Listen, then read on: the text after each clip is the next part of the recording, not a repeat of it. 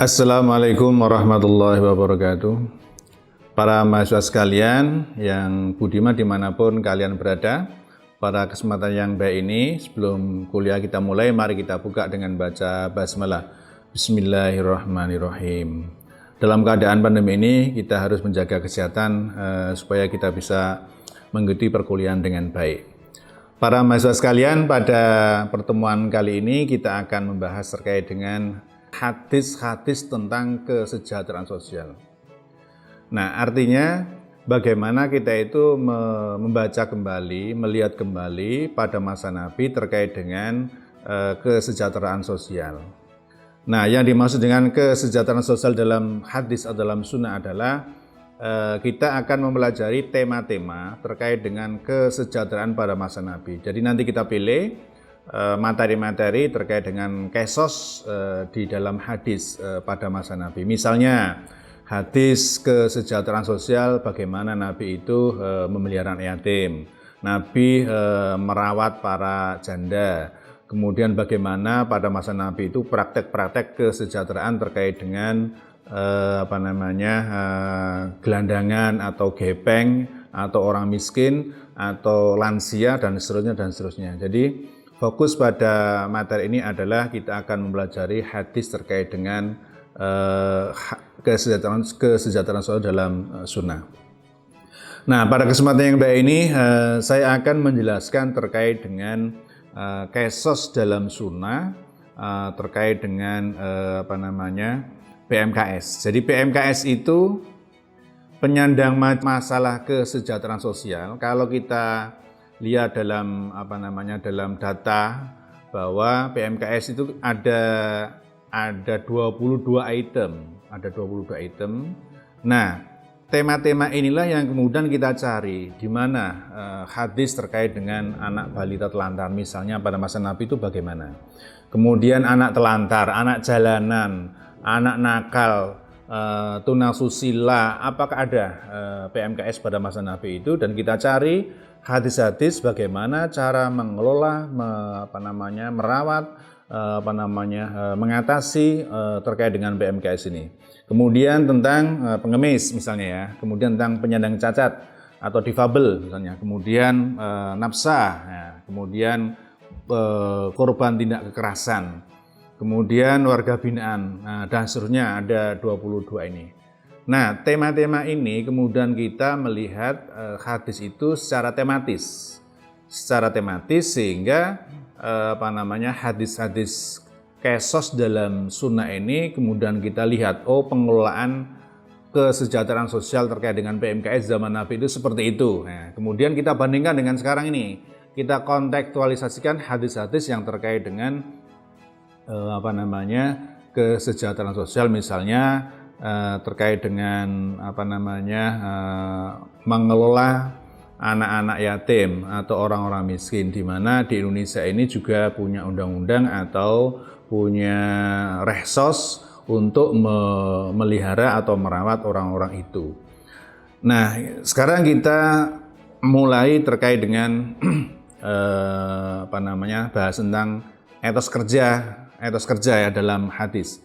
Kenapa kita awali dalam kuliah ini dengan etos kerja? Karena salah satu faktor menjadi sejahtera itu adalah etos kerja. Kenapa? Kalau orang itu tidak bekerja ya dia akan repot sendiri. Sehingga tema pertama pada sebelum kita melanjutkan ke PMKS adalah kita mencari satu tema hadis terkait dengan etos kerja.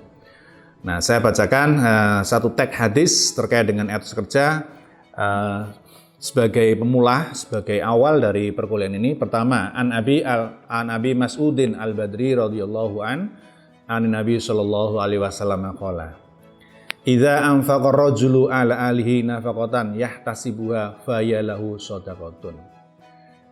Jika seseorang atau seorang suami menafkahi keluarganya dan dia bekerja dengan baik, maka usahanya atau pekerjaannya itu dianggap sebagai sedekah, berpahala besar. Nah, kalau kita lihat dalam teks hadis ini itu menggarisbawahi bahwa nafkah itu adalah salah satu poin pokok dalam kesejahteraan sosial, sehingga orang itu tidak akan bermasalah, tidak menjadi PMKS kalau pertama-tama yang diutamakan adalah bagaimana orang itu bekerja dengan baik. Nah, orang bekerja dengan baik yang menafkahi keluarganya menurut Islam itu dianggap sebagai sedekah atau dianggap sebagai berpahala. Nah, inilah poin pokok dalam hadis ini, supaya orang itu bekerja keras dan tidak boleh bermalas-malasan. Nah, kemudian kalau teks hadis tersebut secara harfiah itu memang mewajibkan wajib orang itu bekerja untuk menafkahi keluarganya. Nah, kalau kita kaitkan dengan kondisi saat ini, kontekstualisasi hadis ini sangat tepat sekali kalau kita kontekstualisasikan hadis ini di kehidupan kita sehari-hari di Indonesia. Apa kontekstualisasinya? Kontekstualisasinya adalah satu, bahwa dalam pandangan Islam itu tidak boleh orang malas. Yang kedua, di Indonesia itu banyak macam jenis pekerjaan. Ya, jadi di sini tidak disebutkan dalam hadis ini pekerjaan apa tidak, tetapi tasibua itu bekerja. Nah, bekerja itu sesuai dengan skill, kemampuan yang dimiliki oleh suami atau orang tersebut. Itu salah satu kontekstualisasi hadis, bahwa jenis pekerjaan itu di Indonesia itu tidak dikhususkan jenis pekerjaan, tetapi bisa saja pekerjaan itu formal, informal, atau bekerja di mana saja bisa. Yang ketiga, efek dari orang kalau tidak bekerja itu nanti bisa menjadi PMKS. Itu salah satu yang paling dikhawatirkan, bahwa hadis ini kalau diterapkan, dipakai untuk menggerakkan para pekerja-pekerja itu sangat bagus sekali. Karena apa? Karena semangat etos kerja yang tinggi itu dianggap sebagai pahala. Jadi bagian dari agama. Nah, oleh karena itu hadis ini sebagai warning bagi siapa saja supaya tidak menjadi PMKS, maka orang yang pertama kali itu harus dibenahi dulu bagaimana ekonomi orang tersebut. Nah, berikutnya kontekstualisasi hadis ini. Nah, bagaimana kalau orang itu punya skill tapi lapangan pekerjaannya terbatas misalnya.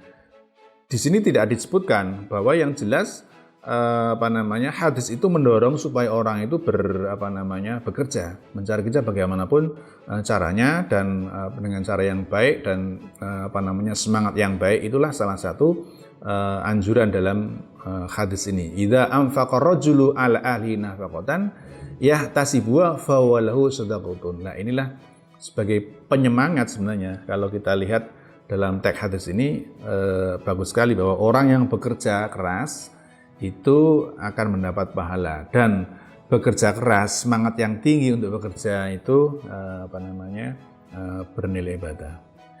Itu para mahasiswa sekalian yang saya cintai, tema hadis pada pagi hari ini, pada pertemuan kali ini, dan nanti bisa kita kembangkan lagi bagaimana cara mengembangkan, menafsirkan ulang teks-teks hadis ini supaya relevan dengan kehidupan sosial pada saat ini.